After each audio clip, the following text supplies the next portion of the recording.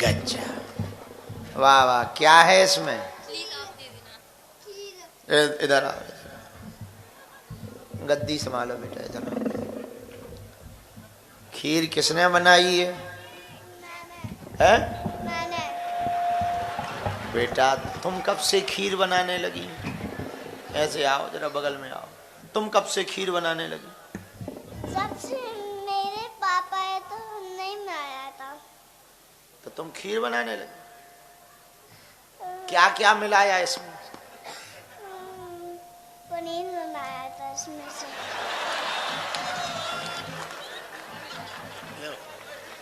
क्या नाम है? असीता व्यास। असीता? सुनो असीता, 4 दोस्त रात भर जागते रहे, दूसरे दिन एग्जाम नहीं दे पाए, तो स्कूल टीचर के पास गए कि हम लोगों के यहाँ पर गाड़ी पंचर हो गई थी इसलिए नहीं हम आ पाए, सॉरी, दूसरे दिन हमको पेपर करने दिया जाए।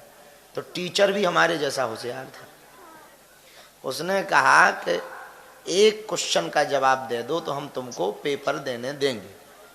चारों को एक एक पेपर दिया और पूछा कि ये बताओ, अलग अलग रूम में चारों को बैठा दिया कि ये बताओ कौन सा टायर पंचर हुआ था।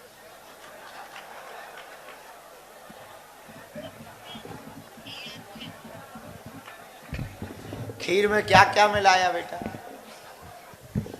पनीर और वहाँ से सिग्नल मिलता है वही चलता है। उधर से हुआ कि उधर जाओ तो उधर ही जाऊंगा। पनीर अपने जाओ तो नहीं चलूंगा। और मैंने दाल उसमें से बनाया था।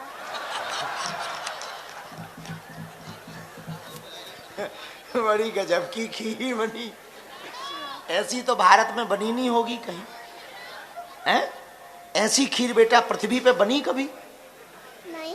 हाँ नहीं, बन ही नहीं सकती वो तो। ये रेसिपी तो आपके ही पास है। हाँ। हाँ। बेटा ये रेसिपी कैसे सीखी तुमने कि पनीर और दाल डाल के खीर बनाए? वैसे ही। हाँ, अपन को तो, आपको तो बचपन से ही पता है।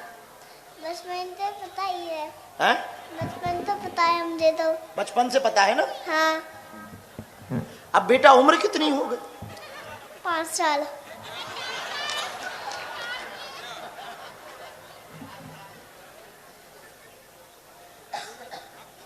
क्या बनना है बड़े होकर? पुलिस। बहुत बढ़िया, तो बन जाओ बेटा।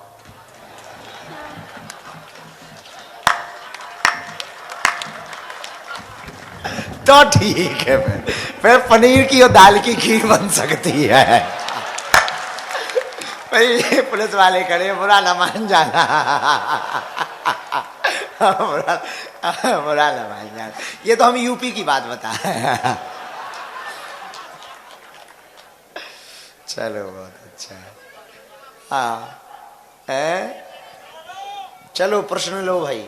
महाराज जी चरण स्पर्श। खुश रहो। मैं आपको अपना प्रश्न से पहले 2 बात भावना आ रही थी वो बता रहा हूँ। बोलो। कि आपका कोटि कोटि आभार है जो आपने हमारी सुरक्षा के लिए और हमारे भविष्य की सुरक्षा के लिए बागेश्वर धाम से ओरछा तक और अब दिल्ली से लेकर वृंदावन तक जो पदयात्रा नंगे पैर ठंड में हम सबकी सुरक्षा के लिए हमें जगाने के लिए करी, उसके लिए हम पूरी शिवपुरी वाले आपके चरणों में नमन और आपका आभार व्यक्त करते हैं। क्योंकि संत बहुत होते हैं पर खुद के अलावा जो समाज को सुधारने के लिए और हमारी चिंता करे वो आप हमारे लिए प्रेरणा के लिए हैं। क्योंकि सीधे इतनी बड़ी देश की यात्रा करके आप शिवपुरी पधारे हैं तो शायद शिवपुरी का ये सौभाग्य और परम सौभाग्य है। मेरा महाराज जी प्रश्न आपसे ये है, क्योंकि मैं युवा हूँ तो बोलने में डर भी रहा हूँ, पर आपके पिता के सामने अगर डरूंगा तो कोई औचित्य नहीं निकलेगा।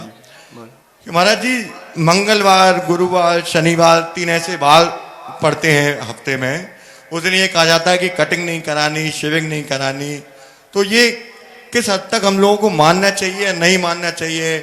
क्योंकि ऐसे कई बार मौके आते हैं कि हम लोगों को कटिंग और शेविंग उस दिन नहीं करा पाते हैं। सुनिए,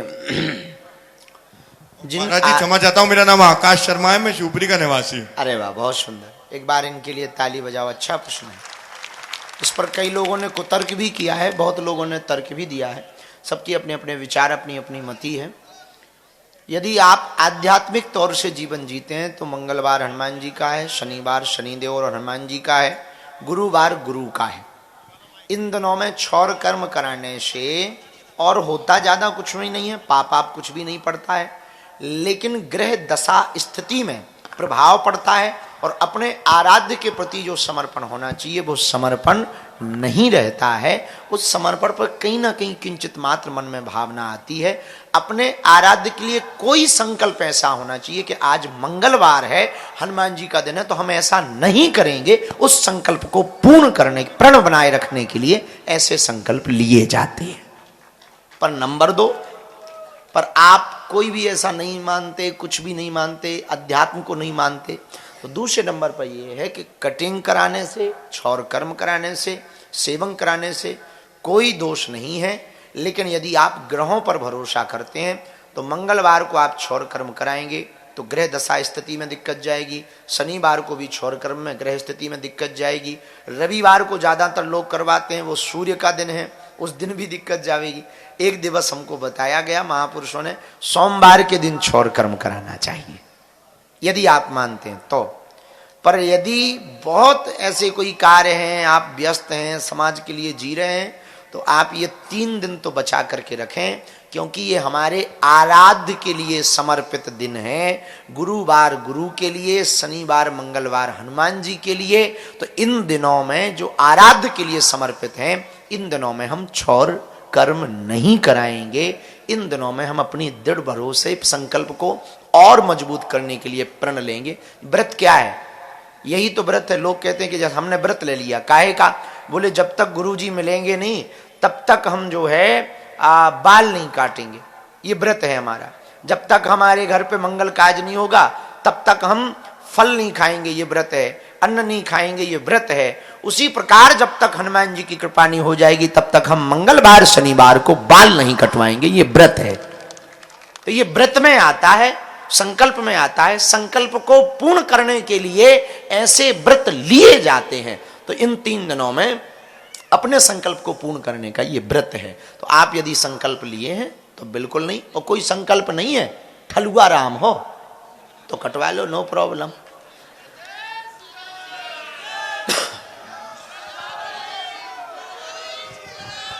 अरे मुझे दिया है भाई। हाँ, सीताराम। जय श्री राम महाराज जी, मेरा नाम भूमिका पारेशर है। मेरा आपसे ये प्रश्न है कि कुछ लोग बोलते हैं कि आपको कर्म के हिसाब से फल मिलता है, कुछ बोलते हैं भाग्य के हिसाब से मिलता है। तो असल में भाग्य और कर्म का आपस में क्या संबंध है? कितना, किसके हिसाब से क्या सच्चाई है? कर्म ट्रैक्टर है, भाग कल्टीवेटर। जैसा जहां जहां ट्रैक्टर जाएगा कल्टीवेटर वैसे ही जोतता जाएगा। तो कर्म है इंजन, भाग्य है डब्बा। जैसा कर्म करोगे वैसा भाग्य बनेगा। आज पौधा लगाने का कर्म करोगे तो फल मिलने का भाग्य बन जाएगा। महाराज जी, उस बच्चे की तरह मुझे भी आशीर्वाद दे दीजिए कि मैं भी मंच पर फेमस हूँ। सबको फेमस ही होना है। खुश रहो बहना, जुग जुग जी, फेमस हो। हम तो कहते इनसे ऊंचा मंच प्राप्त हो आपको। खुश रहो। साधु जी सीताराम। सीताराम। साधु जी, राहुल राम जी व्यास मेरा नाम है। आपके चरणों में कोटि कोटि प्रणाम साधु जी। खुश रहो। साधु जी, अभी अभी जो आप यात्रा समाप्त कर आए हैं, सबसे पहले तो कोटि कोटि वंदन, अभिनंदन आपका। जो करोड़ों सनातनियों ने वो दिखाया कि आपका जो सपना है और हम सबका जो सपना है हिंदू राष्ट्र बनने का, हम बहुत तेजी से उसकी तरफ बढ़ रहे हैं और हम सब आपके साथ हैं। और आज आप एक न एक दिन आपके सपने को जरूर साकार करेंगे। बहुत धन्यवाद। अब एक छोटा सा प्रश्न था साधु जी, कई बार हम किसी लक्ष्य की प्राप्ति के लिए अपना सब कुछ झोंक देते हैं, अपना तन मन, अपनी इच्छा शक्ति और पूरी मेहनत से उसके पीछे जाते हैं, फिर भी कभी कभी हमें सफलता नहीं मिलती। तो उस समय हम उस असफलता से कैसे लड़ें? या उस असफलता को कैसे स्वीकार करें और कैसे दृढ़ शक्ति को और मजबूत करें कि हम उस दिशा में फिर आगे बढ़ते जाएं।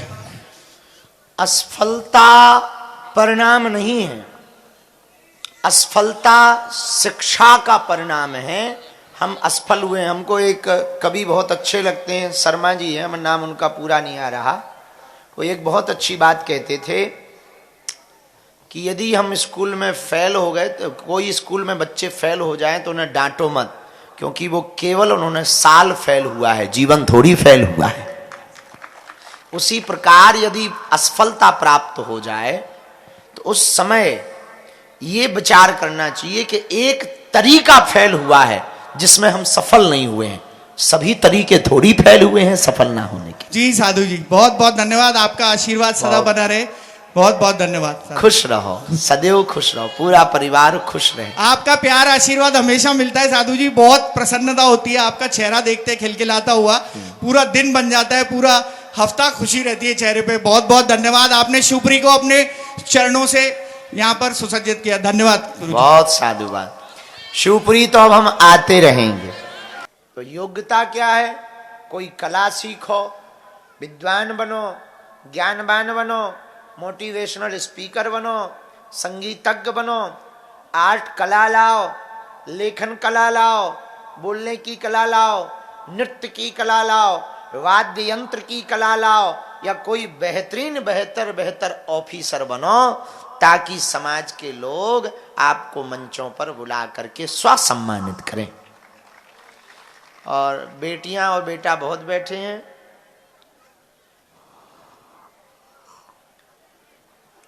बेटा और बेटी वो महान नहीं है जो माता पिता के नाम से जाने जाएं कि ये फलाने की बेटी है या फलाने का बेटा है। बेटा और बेटी वो महान है जिनके नाम से माता पिता को जाना जाए। बात समझ आई बच्चों? स्कूल में इतने नंबर लाओ, इतने टॉप आओ कि आप जब स्टेज पर प्रमाण पत्र लेने जाएं तो वहां बैठे हुए लोग चर्चा करें कि ये अमुक की बिटिया है या बेटा है। या तुम्हारे माता पिता जब गांव में निकले शहर में तो लोग चर्चा करें पान की दुकान पे, अरे स्कूटर पे कौन निकल गया, अरे ये कलेक्टर साहब के पिताजी निकल गए हैं जिन्होंने अभी अभी IAS रैंक में नंबर 1 फर्स्ट डिवीजन पाई। ऐसे बालक बनने वाले ही अपने ऐसी उपलब्धियां पाने वाले बच्चे ही अपने माता पिता के ऋण से उऋण हो सकते हैं। क्या हो सकते हैं? उऋण हो सकते हैं। इसी के साथ आज का ज्ञान समाप्त। अब आध्यात्मिक प्रश्न जिनके हों आप वहीं बैठे बैठे हाथ खड़े करना। अपने बारे में, पड़ोसी के बारे में, पड़ोसन के बारे में, सिर दर्द के बारे में, लुगाई के बारे में कोई प्रश्न नहीं करना है। आध्यात्मिक प्रश्न करना है जिससे लोगों को ज्ञान मिले और तुम्हारा अज्ञान मिटे। हमें पता होगा तो हम बताएंगे, नहीं पता होगा तो कल पढ़कर बताएंगे। और ऐसे प्रश्न ना करना जिसका उत्तर हम दे ना पाए। कि तुम कहो गणेश जी का सिर कटा था, कहाँ गया था? तुम्हें स्टैचू बनवाना है क्या? एक जगह हम प्रश्नोत्तरी कर रहे थे, एक व्यक्ति ने माइक पकड़ा, बोले गुरुजी गुरुजी गुरुजी गुरुजी। हमने कहा हाँ। बोले सूप नका की नाक कटी थी, कहाँ गिरी थी? हम कहा तेरे पड़ोस में। वो नाराज हो गया, अरे भाई नाक कटी थी, कहाँ गिरी थी? इससे क्या लेना देना? क्या शिक्षा मिलेगी इससे समाज को? जिससे शिक्षा मिले ऐसे आध्यात्मिक प्रश्नों को, ये अपने मन की बचपन से लेकर अभी तक की जिज्ञासाओं को आप शांत करना चाहते हो तो माइक आपके पास पहुंचेगा। दे दो भैया माइक।